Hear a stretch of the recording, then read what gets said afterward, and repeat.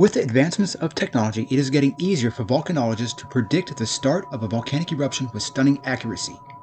Earthquakes and rapid inflation can predict an eruption within weeks or even minutes of the onset of an eruption.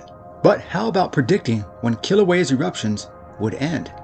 The primary gases that erupt from Kilauea or any other volcanoes are water vapor, carbon dioxide, sulfur dioxide with traces of hydrogen sulfide and hydrogen fluoride, as well as other minor gases.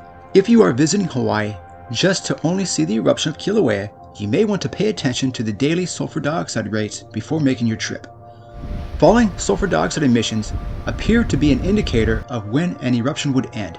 It could be possible to predict the end of an eruption within a certain time frame window. I'll put together sulfur dioxide readings from each Kilauea summit eruption from 2022, January to March 2023, June, and September 2023 eruptions. I noticed a pattern. When Kilauea is in a state of eruption, the falling sulfur dioxide rates can pinpoint the end of an eruption even months ahead of time. The shorter the eruption, the more accurate to predict an eruption's end. It appears possible to predict the end of a short eruption, which is less than a month, within a 1 to 4 day window.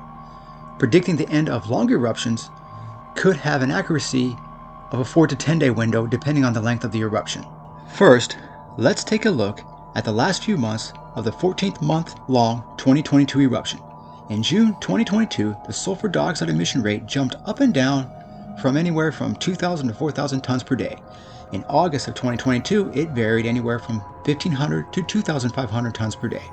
By October 1st, 2022, it varied anywhere from 1,000 to 2,000 tons per day. As you can see, it's starting to get less and less as time goes on.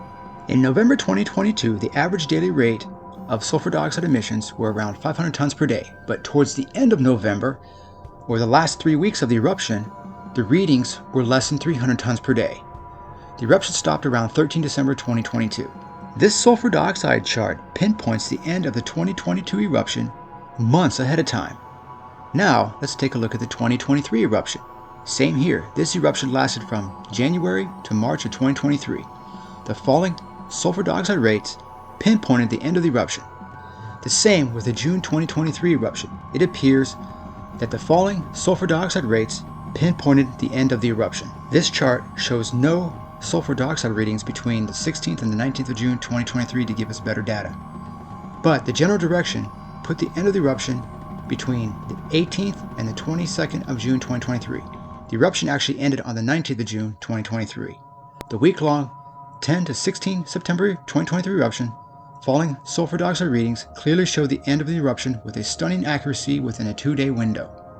There you have it, 4 Kilauea eruption endings that were predicted by a pattern of falling sulfur dioxide emissions.